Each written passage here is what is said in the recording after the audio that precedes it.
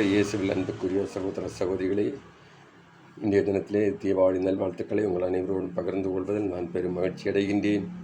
இன்றைய தினம் தீபாவளி நல்வாழ்த்துக்கள் கூறுவதோடு இறைவன் ஒவ்வொரு குடும்பத்தையும் நிறைவாக ஆசீர்வதிக்க வேண்டும். இந்த வருடம் முழுவதுமாக இறைவன் நமக்கு செய்த அத்தனை நன்மைகளுக்கு நாம் நன்றி செலுத்துவோம். இன்னும் தொடர்ந்து வரும் நாட்கள் தீபாவளியைப் போல் எல்லா நாட்களும் நம் தீபாவளியாக அமைய நான் இறைவனிடம் பிரார்த்திக்கிறேன். நீங்களும் பிரார்த்தியுங்கள். இறைவன் உங்களை ஒவ்வொருவரையும் ஆசீர்வதிப்பாராக.